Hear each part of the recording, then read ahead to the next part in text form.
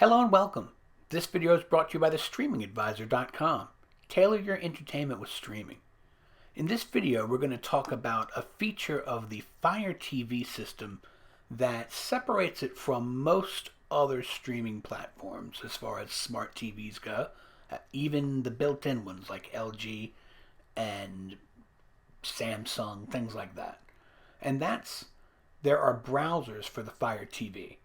The only other system that has on-screen browsers is Android TV or Google TV, things like with the Chromecast. What browsers do is they open up a whole other possibility for both streaming and just multimedia content in general.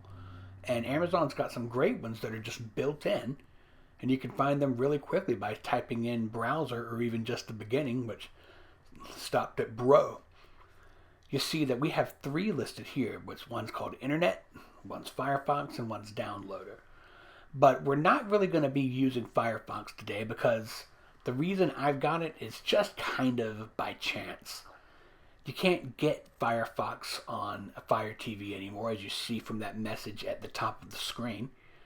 If you go on and read further, it'll tell you that you haven't been able to get it online on the Fire TV since 2021. And so we're not really going to dive into the features of that. I just wanted to point that out since it comes up in the search so that you don't say, well, why didn't you do anything on Firefox? So that's why we're not going to be talking about Firefox. What we're going to start with is where it says Internet right here. This is actually the Amazon Silk browser. This is a really good browser that Amazon has had almost coincidentally since they had their first dispute with YouTube that took YouTube out of the App Store. People were using the Silk browser to go to YouTube's mobile site and essentially recreate the whole look. You'll notice that there is a cursor, which is kind of shown as that little glowing circle.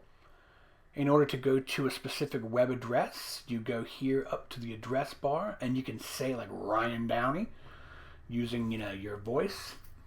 And search. I don't expect you to look for Ryan Downey. That's me. Although most of these are not actually there's a lot of Ryan Downeys out there. It'll make you feel pretty small when you Google your name and you're like, oh wow, there's 50 results that aren't even me, But anyway, this is just to show you that the browser that you get on the screen looks just like something you would get, on your phone or on a computer. It allows you to do a lot of things. You see it's got a private browsing so that it doesn't keep up with everything you're doing. You can use bookmarks and go back to things later. It also allows you to explore the overall site in multiple ways. For instance, when you go into this cursor navigation, you can use this version, which has the little circle as you see. That's standing for a mouse or something like that. Or the spatial navigation, which instead of using the cursor, it goes to the specific spots. You see the little rectangle that's moving along with me? Now, you can do either which way, and you might think that this spatial one is more exact, but it actually is quite a bit more difficult to navigate with. Just so you know, if you do go into this one, you might even be faced with the possibility of having to bounce out of the browser just to get out of it and get back into the regular settings. I've found that sometimes you don't have to, other times you do, because you got to get back up to the top of the screen. And for some reason, sometimes it just gets stuck and you can't get back up to that upper bar. So just so this doesn't happen to you, I'm going to show you. You go ahead and exit. You jump back in. And we're going to start up at the top and go in, and we're going to change it back to the other exploration method. So over at sign in, let's click on in. Boop and boop. All right, so spatial, we're going to switch it back to cursor navigation. And again, a little glowing ball, a little glowing orb there, that is like a mouse cursor. This has all the tools that you would expect to find with a regular browser. You see that it has our most visited sites. That's going to be based on whatever you're visiting. If you don't want to see all that nonsense, you can clear it all out. It has bookmarks that you can create. So I actually bookmarked the Ryan Downey page. I also bookmarked like Google, so it can start from the Google search page instead of the Bing search page. But it's very easy to navigate with the remote, and that's the important thing. You don't need a special like cursor-based mouse. You don't need an air mouse. Using this browser, you can do pretty much everything you're going to want to do with a browser except download things. You can also switch it. You see it doesn't make a great difference on Bing, but you can switch between the desktop version of the website and the default site, which is going to be the TV/mobile version. I like being able to use a browser because you can get to different kinds of media. It's a much more multimedia thing. It's really helpful for teachers if you're going to be trying to do something where you want to show a picture to the entire class or something like that. You can go in and just click images and look for specific images. It's helpful for if you're trying to learn an area because you can click on a map and just see everything. But, if you just want to see, big pictures of kitties, there you go. Remember when the internet was nothing but just like cat videos and stuff like that? Never thought we would look at that as the good old days. Don't know why the full screen doesn't really do anything. It's more of a cropping feature. Now you can use this kind of thing to crop a picture and then use it as your background in various apps and things like that. But for your TV, it's not really as helpful as it is when it's something like your phone. I like being able to jump in and pull up a map. This is helpful, like I said, you move to a new area. We're in Raleigh, so it uses the sort of recognition, where we are. It recognizes where we are. So it pulls up Raleigh and the eastern part of Wake County where I live. And from there, you can search in Bing. But I like it. I think it's nice that you can have those bookmarks so that you can get into whatever it is that you're looking for. And in general, it's a good capacity to have.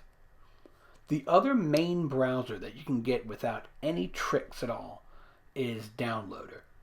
Downloader actually allows you to download from the internet, which a lot of people like. It's made it really popular with a number of communities. Just like the Silk, you'll see that you've got a little orb, little red circle, and again, that acts as your cursor. You just move it up and down, left and right with the controller using the normal directional button. It defaults to aftvnews.com because the guy from aftvnews.com created this app. But from the home page, you can go anywhere you want. Just by default, we'll just go to google.com.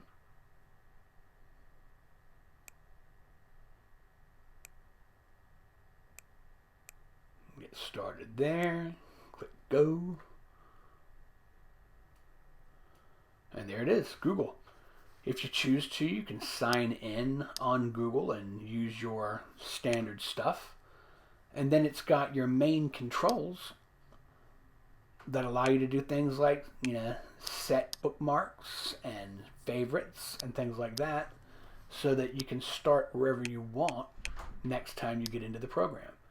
So now Google is a favorite. So let's say we're going to launch it again. Boom, Downloader. Start the home.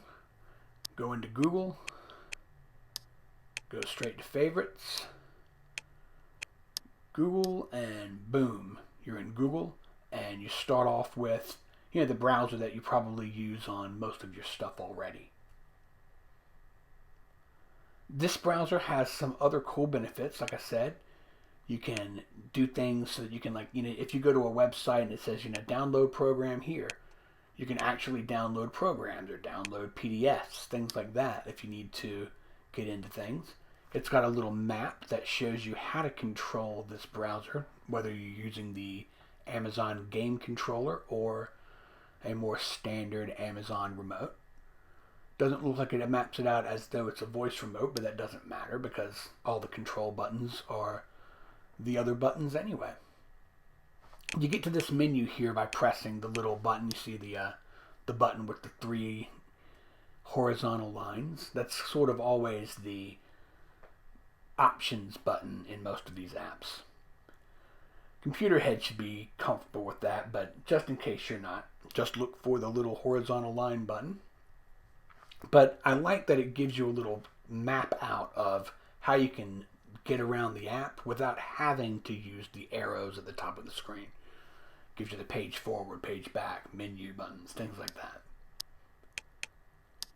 Under Files, that's where it's going to hold downloaded things that you might have already. And you can go into Settings and tell it what you want it to do. You can turn things off so that it can't download things if you don't want to. Make it a little cleaner. But as far as basic browsing, just like Silk, you can type things in. You can't use voice commands in this one. If you use the voice commands, it'll default into Amazon's, voice center or something like that. But as far as typing, you can type anything you want.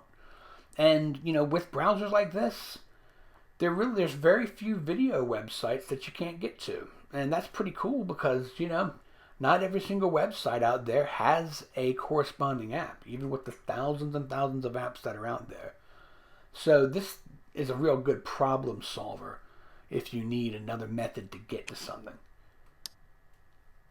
The old days, it was hard to find local news apps, and I would use this to go to my local news website during emergencies, snowstorms, things like that. But overall, this is a free app. You can donate to the guy who made it if you want, all the way up to $100 if you want. I'm sure he would appreciate it, and that's Elias. But otherwise, you don't need to pay to use this. You don't need to be a member of anything. You just download the downloader or download Silk, and you're all set. So if you've been looking to do some browsing with your streaming device, whether you're looking for, pictures of things, movie trailers, local news, maps, anything you can find on a normal browser, you can find through systems like this. And if you've been looking for that, this is your answer. Silk and the downloader. I hope you found that helpful. I hope it, helps somebody you know. If this was good for you, please give us a like. Please subscribe to our channel. Share this with the people who need it. As always, I'm Ryan Downey, the Streaming Advisor. Stream on, my friends.